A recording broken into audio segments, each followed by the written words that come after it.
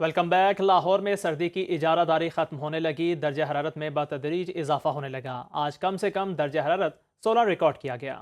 زیادہ سے زیادہ درجہ حرارت 31 ڈگری تک جانے کا امکان ہے۔ اسی حوالے سے مزید تفصیلات جان لیتے ہیں ہادیہ فیاض سے۔ ہادیہ، لاہور کا موسم کیسا رہے گا بتائیے گا؟ جی بالکل، باغوں کے شہر لاہور کے موسم کی بات کریں تو موسم خاصا اب گرم ہونا شروع ہو گیا ہے۔ سورج نے آب و تاب کے ساتھ چمکنا بھی شروع کر دیا۔ اب جو ٹھنڈ کی شدت تھی وہ ختم ہو چکی ہے۔ اب جو آنے والے روزے ہیں اس میں گرمی کی شدت شروع ہو جائے گی اور برقرار بھی رہے گی، کیونکہ جو موسم ہے وہ خشک بھی رہنے کا امکان ہے اور آئندہ کچھ روز میں بارش کا بھی کوئی امکان نہیں ہے، جس کی وجہ سے جو موسم ہے وہ خشک ہی رہے گا۔ اگر درجہ حرارت کی بات کریں تو موجودہ درجہ حرارت اس وقت 18 سینٹی گریڈ ریکارڈ کیا گیا ہے۔ کم سے کم 16 جانے کا امکان ہے اور زیادہ سے زیادہ 31 سینٹی گریڈ جانے کا امکان ہے۔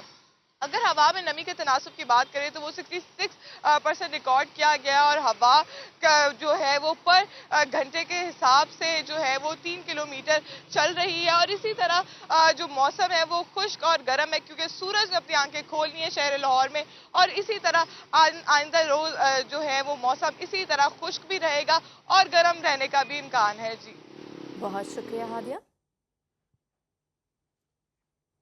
جوڈیشل کمپلیکس حملہ کیس میں مسلسل غیر حاضری پر پی ٹی آئی رہنما مراد سعید، حماد اظہر اور فاروق حبیب اشتہاری قرار۔ واسق قیوم عباسی، راجہ بشارت سمیت متعدد غیر حاضر ملزمان کے وارنٹ گرفتاری جاری۔ اسلام آباد کی انسداد دہشت گردی عدالت نے کیس کی سماعت 7 اپریل تک ملتوی کر دی۔ سوشل میڈیا پر منفی پروپیگنڈے میں ملوث پی ٹی آئی کے 16 افراد کی دوبارہ طلبی۔ پی ٹی آئی کے ارکان کو آج طلبی کے نوٹس جاری کیے گئے ہیں۔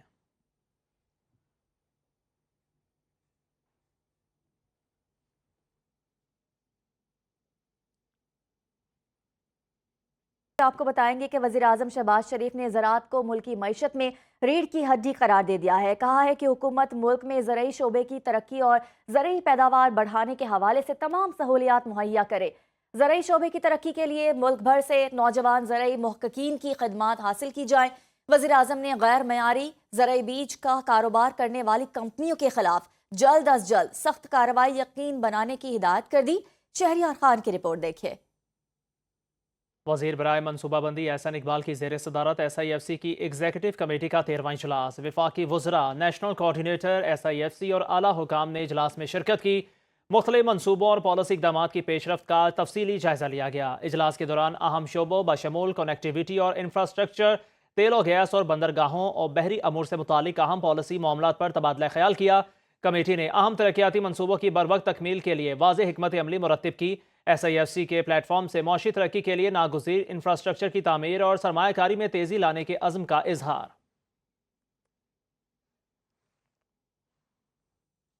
عالمی بینک کی ٹیم کی وزیر خزانہ سے اقتصادی اصلاحات کے لیے سرمایہ کاری پر ملاقات۔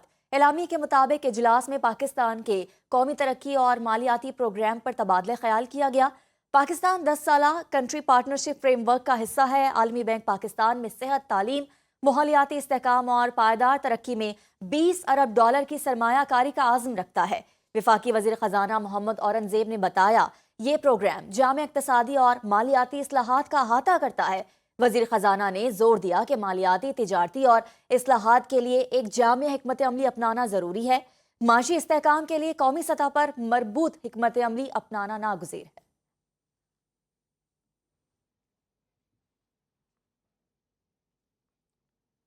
وزیر اعظم کے معاون خصوصی ہارون اختر کا کہنا ہے مہنگائی کی شرح میں کمی اور زر مبادلہ میں اضافہ ہوا۔ پالیسی ریٹ میں کمی سے معیشت پر مثبت اثرات مرتب ہوئے۔ اسلام آباد میں اجلاس سے خطاب کرتے ہوئے ہارون اختر نے کہا شرح سود میں مزید کمی کے لیے کام جاری ہے۔ معاشی اعشاریے مثبت ہیں۔ حکومتی اقدامات سے کاروباری طبقے کا اعتماد بحال ہوا۔ مستقبل میں 5 سے 6% جی ڈی پی گروتھ متوقع ہے۔ منسٹر نے ہمیں انٹرسٹ ریٹس کو 22% سے پالیسی ریٹ 22% سے کم کر کے 12% دے دیا ہے، اور یہ انشاءاللہ ہمیں امید ہے کہ یہ اور نیچے آئے گا۔ IMF has appreciated a lot of things that this government has done in the last 1 year. So things are looking good. This is the time to come back and think of Pakistan as a place where you can invest, where you can secure your investment and where you can get a good return. And I tell you, there is so much to be done in Pakistan. There is so much opportunity that is going to be created. We are a country of 250 million people.